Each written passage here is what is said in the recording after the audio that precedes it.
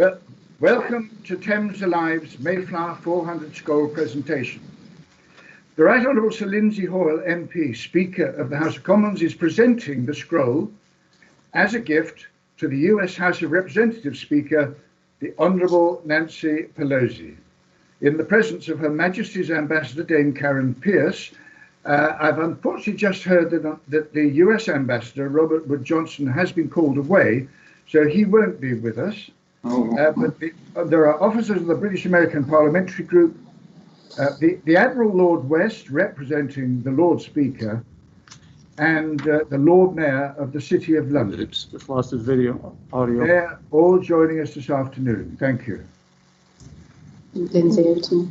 Have we got the Right Honourable Speaker, Nancy Pelosi, on board yet?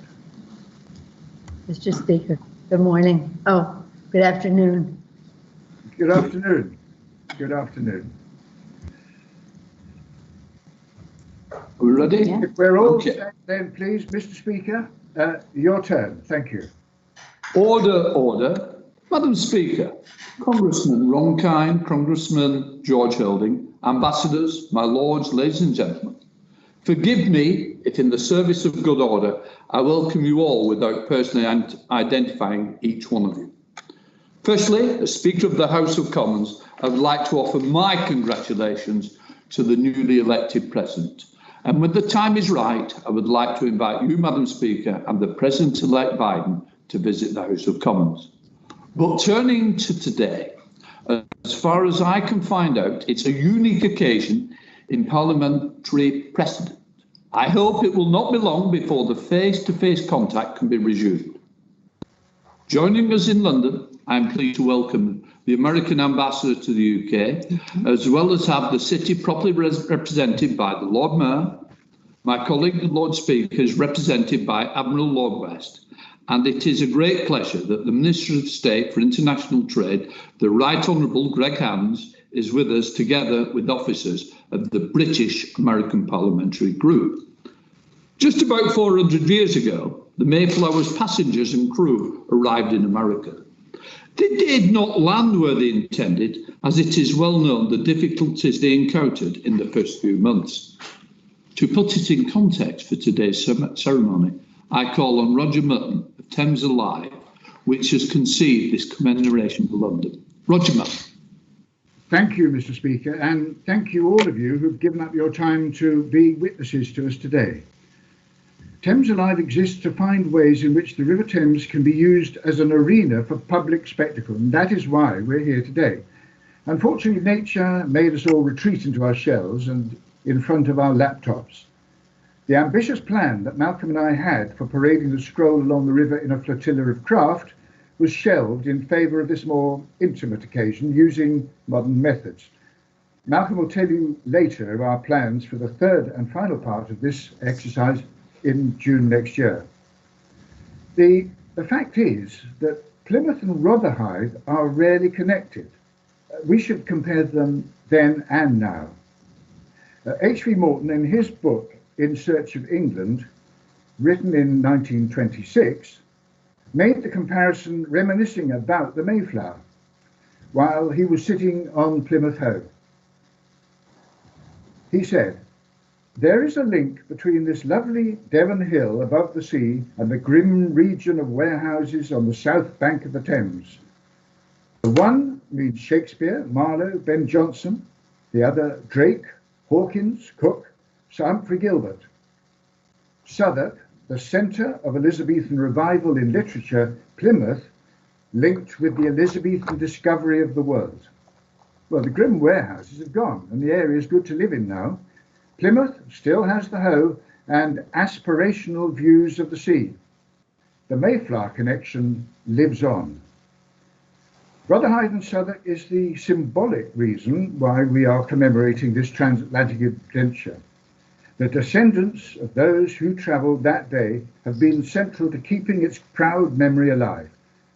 Congressman Kind, the chair of the US House of Representatives British American Parliamentary Group, is one of those who can trace his ancestry back directly to those who were on the Mayflower voyage. His great ancestor, John Howland, was one of those on board, and Congressman Kind is one of those who has helped to organise today's event. The people connection is also important to Thames Alive. John Alden Cooper on the Mayflower had a very romantic part to play in 1620. Today, his descendant, William, has been the linchpin of this commemoration. Through his good offices of his livery company, the stationers, the scroll was provided. Getting us all together today for this, the second part of our commemorative gifting, we have had wonderful support from the members of the British American Parliamentary Group and latterly the Department for International Trade. On that note, Mr. Speaker, may I call upon you to make the presentation of the Equator Centenary Scroll to your American colleagues. So, ladies and gentlemen, this is something I've always wanted to say in present company. Order, order.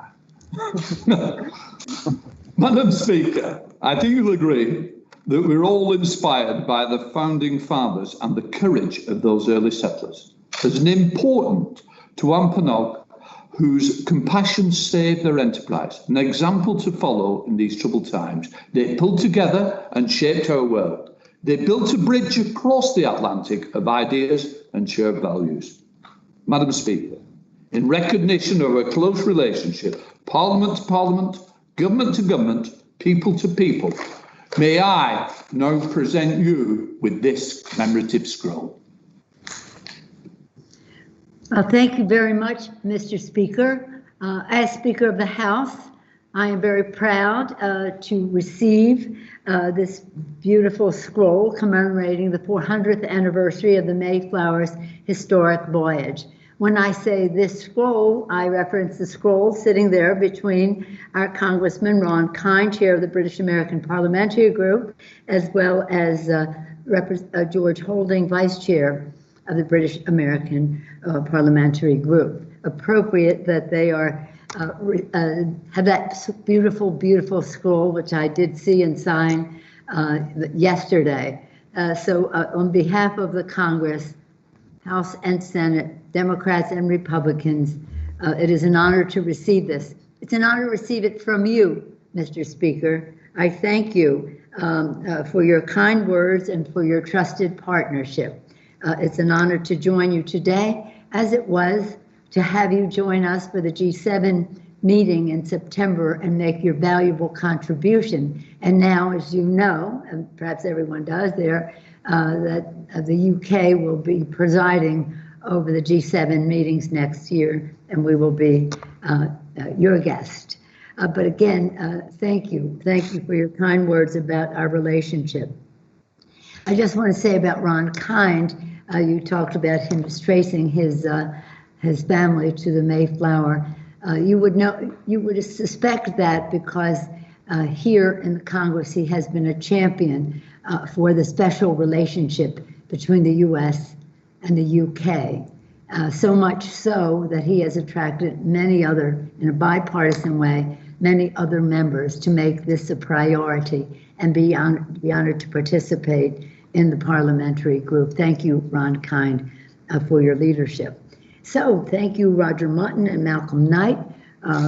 Thames Alive, I love the name, Thames Alive, for organizing this wonderful commemoration. When you were speaking, Roger, I was thinking, well, maybe we could do it in 25 years again or save it for the next 100 years, but your plan should not go to waste because they sound very, very thorough. But they do, they live in our hearts and in our minds, especially now as we prepare next week to celebrate Thanksgiving, which traces, and which everyone in America traces to that landing of the Mayflower in America. It's part of our childhood.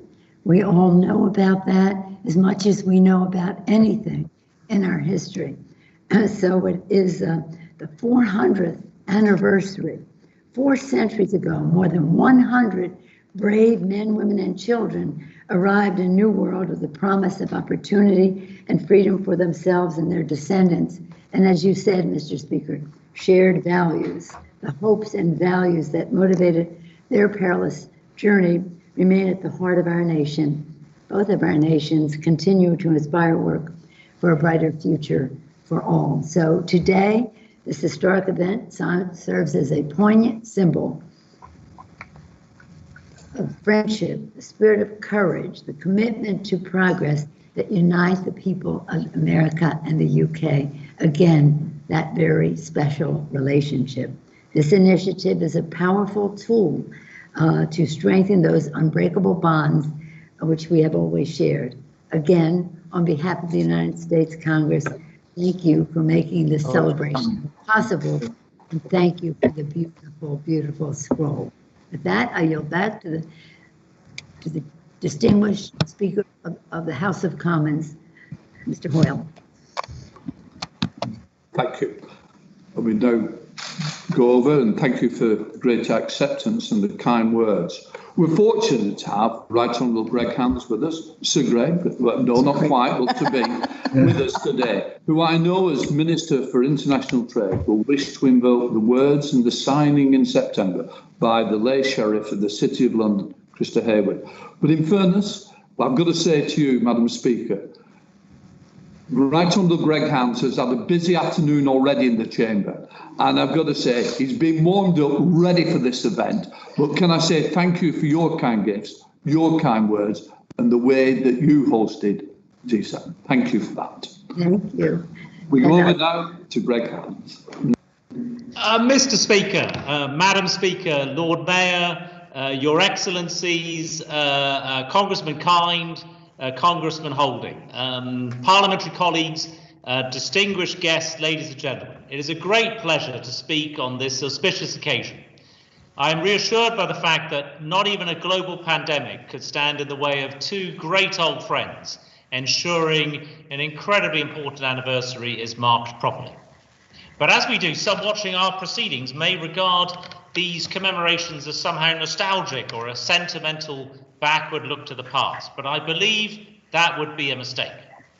Because while our commemorations certainly acknowledge the past, they also represent the opportunity to celebrate the enduring friendship already referred to by Speaker Pelosi between our two countries, and importantly, allow us to look forward with confidence to what more we can achieve together. Today's commemorations remind us of our two nations' inextricable links to each other. Indeed, as has already been mentioned, the Mayflower story is as much about Plymouth and Devon as it is about Plymouth, Massachusetts, as much about Billericay in Essex as about Billerica, Massachusetts. And this shared history has shaped our values, and our values have set the basis for our global outlook, which explains why we see the world with both its challenges and opportunities so similarly. It is therefore no surprise that no other countries do more together than the United Kingdom and the United States. Indeed, as a joint citizen myself, born in the Empire State of New York, I can attest to that in person, and having lived in both Chelsea in New York and Chelsea in my constituency here in London, I know the links only too well. We are each other's closest allies, and our shared understanding means we're able to offer the world truly global leadership on the big questions and significant challenges which we face today. Next year, as you, Madam Speaker, have already said, the UK will chair the G7 and also host the COP26 Climate Change Summit, providing us both with an ideal opportunity to demonstrate global leadership in action by boldly shaping the solutions to ongoing global challenges. We will work with our partners to ensure that the global free trading system on which our economies are based remains fair, competitive and secure. As part of the UK's wider leadership, we will also continue to push for an end to disputes and tit-for-tat tariffs between trading partners and friends. Instead of escalating, we need to work together towards swift negotiated settlement.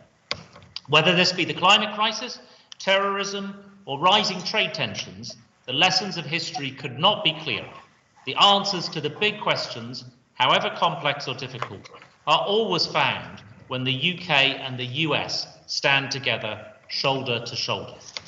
Within that context, we are reminded of the pivotal and constructive role played by the United States in the Northern Ireland peace process.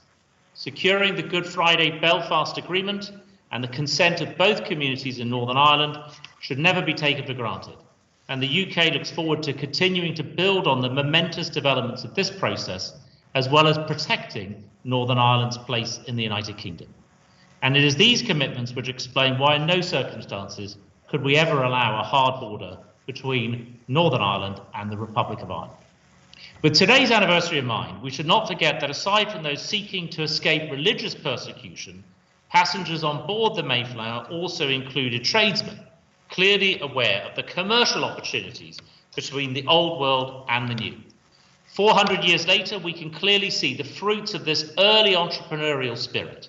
Today, the US is the UK's largest single trading partner, with total trade in 2019 reaching over £232 billion sterling, approximately 300 billion US dollars. Every year, a million Britons turn up to work for American-owned companies, and every day, a million Americans turn up to work for British-owned companies. That investment relationship is also incredibly strong, with more than $1 trillion invested in each other's economies, creating highly skilled jobs and economic growth. And before the onset of the pandemic, this was an economic picture that was booming, with total trade growing between us of 11.3% in 2019. With both our countries now committing to build back better, we are confident that these figures can return to pre-pandemic levels and reach new heights. It remains the case, however, that despite our historical and cultural ties and ever-growing trading relationship, our two countries do not have a formal trade agreement. If we had one, the UK would be the largest economy with which the US has ever signed a comprehensive bilateral free trade agreement. Our analysis shows that an ambitious FTA could increase GDP in the US alone by approximately $10 billion. And as impressive as that figure is, we should not forget it would represent the cumulative product of the expertise and enterprise of citizens on both sides of the Atlantic. Indeed, this deal would unlock the potential of our small and medium-sized businesses who stand to gain the most from this free trade agreement. It would be a win for the high street as well as Main Street, a win for consumers with a wider range of affordable products, potentially meaning more bang for the buck or being quids in, depending on which side of the Atlantic you're on. An FTA between us would not only enhance our partnership, but also send a powerful signal that free trade and open supply chains lie at the heart of the global economic recovery from COVID-19. We could set international standards on labour rights, make further strides on women's economic empowerment, while ensuring the world that we lead in the future, the world in the future of digital trade and the protection of intellectual property. It can also support our climate change objectives by promoting new job and business growth opportunities in low carbon technology, services and systems. So as Minister for Trade Policy here in the UK, I've spoken to countless businessmen and women in both countries who are buoyed by the exciting opportunities of this agreement. So as I conclude, I'd like to return to the experience of those pilgrims on board the Mayflower 400 years ago. I was a little boy when I went to Plymouth, Massachusetts. I was living at that time in New Hampshire. I think I was aged about 6 in 1971 when I went to Plymouth, Massachusetts. But it took considerable courage and fortitude for those pilgrims to board that ship, undertaking a perilous journey across the Atlantic to an unfamiliar land. Plagued by disease and material hardship, it was only with the assistance, knowledge and experience of the Native Americans that the colony was able to survive. So we regret the often painful history of relations between European settlers and indigenous Americans.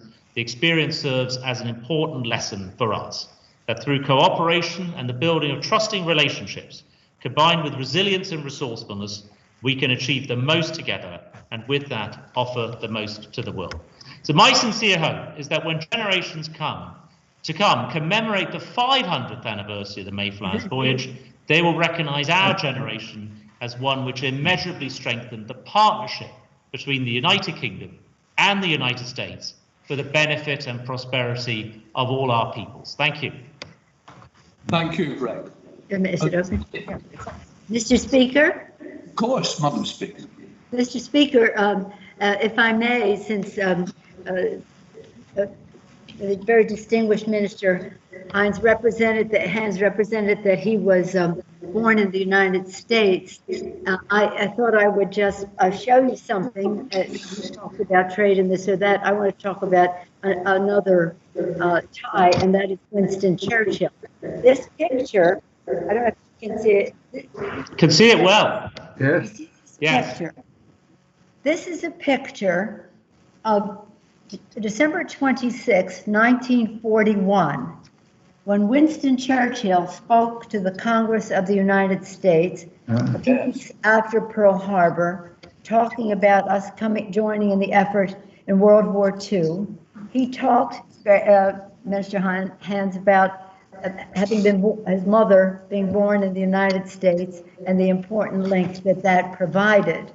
And each year we have our Winston Churchill commemoration. His birthday is coming up the end of the month. We've already prepared for that. Usually we have in the Speaker's office, or really at the foot of the stairs.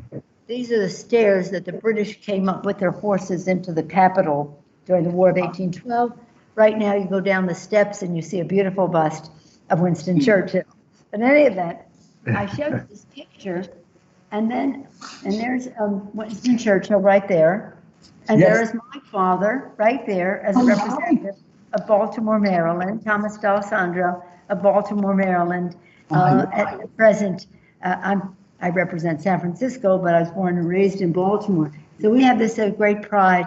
And of course, I like showing it off at our Winston Churchill commemoration each year. This year it was virtual, but at other times, the family, Randolph, others come, and you would be, I don't know if you'd be surprised, but I think you'd be encouraged to see the enthusiasm for Winston Churchill in the United States, who wasn't born here as Greg Hans was, Mr. Minister, but his mother was, so having that personal tie to our country. Yet another example about how each generation has tried to pull us closer together. Thank you, Mr. I couldn't resist telling that when I came. Greg, I think it's a great story. Thank you for sharing it. Thank you, Madam Speaker. That's very, very moving. I think Greg Hans was on that picture, Madam Speaker. I think a young Greg Hans was on that picture, you know. Thank you, Madam Speaker. Thank you, Mr. Speaker. Thank you, Madam Speaker. That was really interesting. At some point, I'd love to see that painting in real life. I'm going to bear that in mind. Thank you. It's now my great pleasure to invite the esteemed host, Congressman Ron Kind, to say a few words. Congressman Kind couldn't have better credentials for the role of chair of the representative of the British American Parliamentary Group, being, as hardly been said, a direct descendant of a passenger on the Mayflower, one John Hoyle. We will then be delighted to hear from Representative George Hoyle, the Vice Chair of the House of the BAPG, who has done so much over the years to promote the special relationship and who we hope will continue to remain actively involved after he leaves office. Thank you. Congressman Ron Kind. Well, thank you very much, Mr. Speaker. It's an honor to be with you all today, and thank you for your participation in the presentation of this beautiful Mayflower scroll. And I'm glad Speaker Pelosi was able to participate as well, to receive this formally on behalf of the United States Congress and therefore on behalf of the American people. Thank you, Speaker Pelosi. I'm also delighted to welcome the Minister of Trade, the Right Honorable Greg Hans. We look forward to working with you in the ongoing bilateral trade negotiations between the U.S. and UK and finding an appropriate landing zone for this important trade agreement. And I look forward as a member of the Ways and Means Committee to play my role in ensuring that that comes to completion. I also want to thank especially Roger Mutt and Malcolm Knight with the Tims Alive for organizing this event and for coming up with the genesis of this event. And of course, we welcome the British Ambassador to the United States, Ambassador Pierce. Had a chance to get together with her to discuss the relationship and look forward to our working relationship as we move forward. And it's been a special delight to be able to co-chair the British American Parliamentary Group with my very good friend and colleague from North Carolina, George Holding. And in a moment, I'm going to turn it over to George for his remarks about today's presentation. But first, November 9th of this year marked the 400th anniversary of the landing of the Mayflower in what is now the shores of Massachusetts at Plymouth Rock. It was a difficult voyage. First of all, the ship was really small. It was about 100 feet, or about 33 meters for our British friends. It carried 102 passengers, or 104 if you wanted to include the 2 dogs that were a part of the crew. And it was not an easy voyage because, first and foremost, it's our understanding that they started running short of beer. Now, that never would have happened if I had more of my ancestors on that boat at that time, but it was an important dietary supplement to avoid scurvy. So running short of beer was a real crisis state. But midway through that voyage, when they were out in the mid-Atlantic, a tempest brewed. A storm hit the Mayflower. And one of the passengers who was below deck at the time developed some seasickness. So he went up to the upper deck to get some fresh air. And unfortunately for him, a great wave slammed into the Mayflower and knocked him overboard. But fortunately for him, he reached out and grabbed a halyard line that was dragging along the side of the ship. And he held on to it for dear life because he knew if he let go, it would mean death to him. And so he held on to it, even though he plunged 10 feet below the surface of those waves. And he held on long enough for 2 crew members who saw what was happening to come to his rescue and pull him back up safely on that deck. That indentured servant was my ancestor, John Howland, and he later survived that voyage and landed at Plymouth with the rest of the passengers. He also married another passenger of the Mayflower, Elizabeth, and they had 10 children, and they gave them 88 grandchildren, and so on and so on and so on. And here today, one of their descendants now represents the 3rd Congressional District of Western Wisconsin in the United States Congress. I love telling the story, not only because of my personal family connection to the Mayflower, but because it's the quintessential American story, where many, many people gave up everything that they owned and that they possessed, including relationships, in order to come to the new world with indomitable spirit and courage, with hope and with optimism for opportunity in this new land. They didn't know how difficult or how hard it would be. In the first few decades of that settlement, it was incredibly hard. High mortality rate, famines, difficulty growing crops.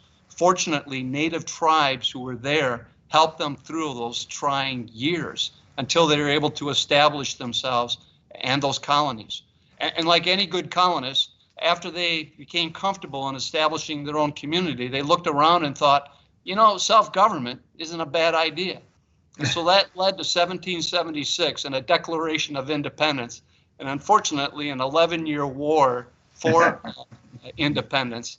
And even then, the relationship wasn't completely resolved, because a short time after that, in 1812, British forces once again occupied our nation's capital, now here in Washington, D.C., where they ransacked and burned our Capitol and our White House. Now, I'm not completely over that fact. I understand George has moved on, fortunately, but Mr. Speaker, I think there's a bill of damages that has yet to be paid in full. We'd be happy to discuss that with you a little bit later today if you so choose. But the relationship developed from there, and it strengthened during the 19th century, and ultimately culminating in one of the most important friendships and alliances of the 20th century. We had to join forces in the First World War to make the world free from war. That didn't work very well, because shortly after that, there was a Second World War, where the U.S. and the U.K. again joined in a military alliance, along with other allies throughout the globe, to fight against the forces of evil that were on the march at the time. The ugly isms of the 20th century, Nazism, fascism, imperialism, with the Empire of Japan. And fortunately, we prevailed and made the world safe for democracy. During that time, many of our GIs and civilian personnel were stationed in Great Britain. And it's been said that most Brits welcome their presence on British soil, except for the fact that they claim that they were overpaid, oversexed, and overheated. Now, I got to experience a little bit of that myself as a 2-year graduate student at the London School of Economics, but I can assure you all today that I was definitely not overpaid and oversexed when I was going to school in London. But this has been an incredibly important relationship, and it's why so many people call it a special relationship. But we know today that it runs much deeper than genetics and bloodlines and DNA. This is a relationship founded on strong values and shared principles and a desire for representative democracy, not only in our country, but throughout the world.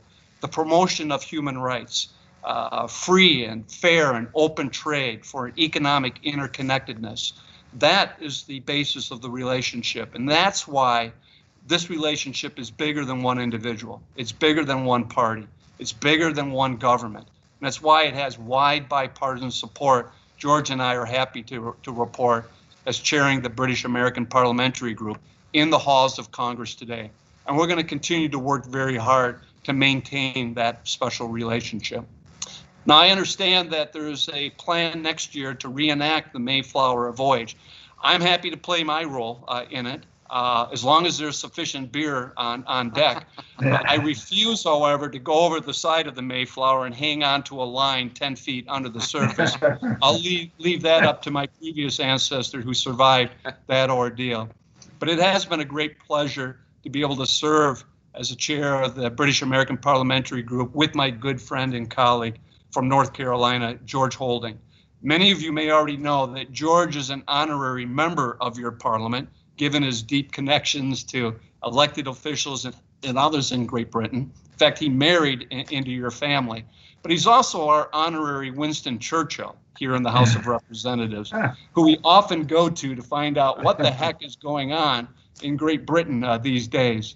So what many of you may not know, however, is George is about to leave us at the end of the term, at the end of this year. I'm going to lose a great colleague and a great friend, but I look forward to maintaining that friendship with them in the years to come. So, George, thanks for serving with me, and let me turn it over to you for your remarks. Thank you very much, Ron. And I really appreciate being part of this historic occasion. As Greg Hand said, it's an auspicious occasion as well, and perhaps an august occasion. Ron kindly said that I'm the honorary Churchill, and the reason for that is girth. I have a lot of girth. I think Speaker Pelosi and Ron Kine and Greg Hands had outstanding remarks, and I'm going to associate myself with their remarks rather than repeating much of what they had to say. I will say that although I did not have an ancestor that I know of who came over on the Mayflower, the natives here in America are still welcoming the English to our shores. As the very happy husband of an English wife with 4 beautiful English children, I can say that you are always very welcome on these shores, however you get here. And when my time in Congress comes to a close at the beginning of January, I look forward to my first port of call being London. So, but thank you very much. We have a lot to do with our special relationship going forward. I look forward to watching Congressman Kind and assisting in any way, and I look forward to watching my friend Greg Hands work towards a free trade agreement between the United States and the United Kingdom. I believe it could be the definition, defining moment of another generation of the special relationship. So thank you very much for including me. I yield back. Can I say thank you, Congressman Kind and Congressman Holding. We are most appreciative of all that you have done to promote the strong links between our 2 countries. But everybody has a little tale, so I thought I might be able to help. I realised that we paid off the World War II debt, but I didn't realise we'd still got the debt of independence. But we'll certainly have to look to Treasury to see what we can do about that. But not many would realise about the Chorley connection. My district, where I was born and brought up, I have a parish called Duxbury. The Duxbury estate still exists. The home of Miles Standish, the captain of the militia that went across to America and was part of that settlement. Now I understand why there was no beer. Because if you came from Chorley, they always had more than their fair share. What I would say also is that we have within my other parish, one of my other parishes is called Exton, but we have Washington Lane in Exton. The Washington Lane was named because that's where the Americans were based during the Second World War. And the pub was called Smoky Joe's. So what I would say is we have great history to share. We have great knowledge. And none greater than, I believe, the Chorley Links and Miles Standish himself.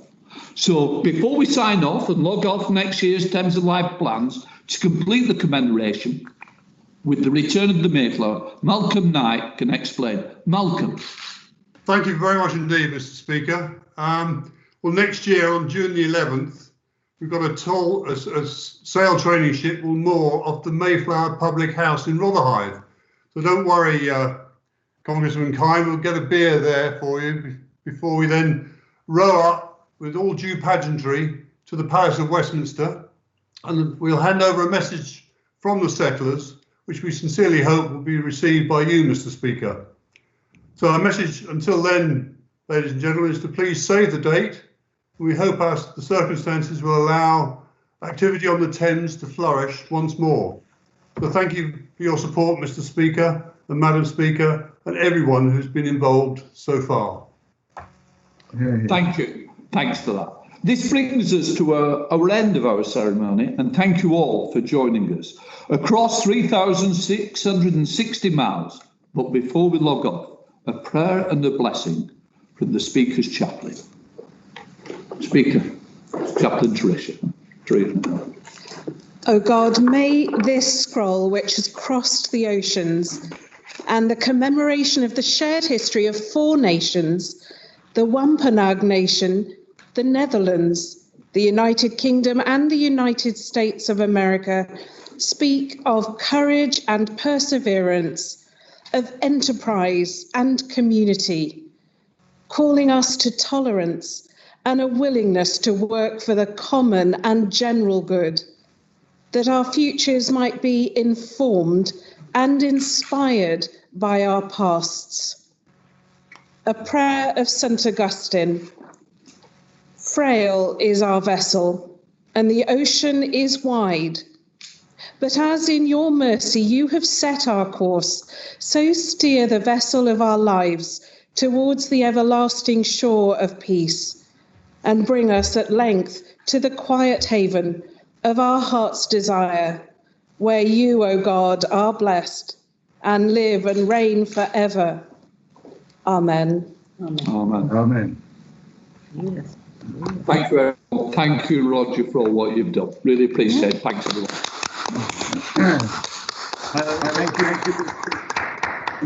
Thank you all for attending today, especially those from the United States. And we hope to see you next year, as Malcolm says. Thank you. Thank you all very much indeed. Thank you. Thanks, everybody. Bye, everyone. Thank you.